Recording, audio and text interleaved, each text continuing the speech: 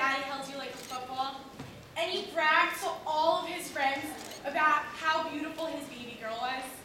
Or when you were like 6 and you were just learning how to ride a bike, and you fell off in straight training, and he picked you up, and every kiss he gave you made every ounce of pain and every pimple you ever had disappear. Or when you were 8 and you were just too short and you couldn't reach that toy on the top shelf, so he picked you up with his big, strong arm so you could reach it. Well, I never had that. He was never there for me. He loved his job more than he loved our family. And even when he was home, he was too drunk to stand. I was ashamed to call him my father. And somehow, I know he was more mad at the world, but somehow he always managed to take his anger out on my mom and I. What are you doing? Do you think this is funny? Do you think this is a joke? Dad, I'm sorry, it was an accident. I didn't mean to, I swear. You know what? I've had it up to here with your lying. Cut it out! Dad, I don't know what to say. I'm sorry. Stop lying to me! All the times I've cut myself or gotten so high just to forget my own name. You know, I thought maybe it was because I was too fat. That was it. So I decided that I needed to be beautiful. And so I became anorexic. I stopped eating, and then I thought, his view on me is going to change. He's going to love his daughters. He's going to love me. But he wasn't compelled to love me. He didn't care. He was never there. So that's when I decided it was time for a little fun.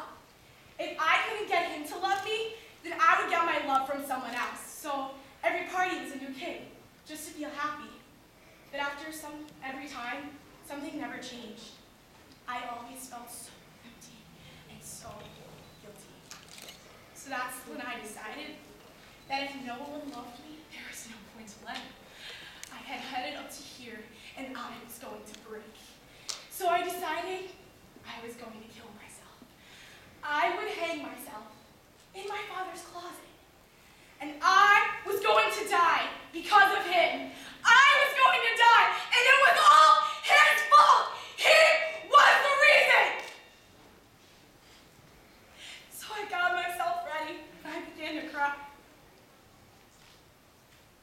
My child, why are you crying?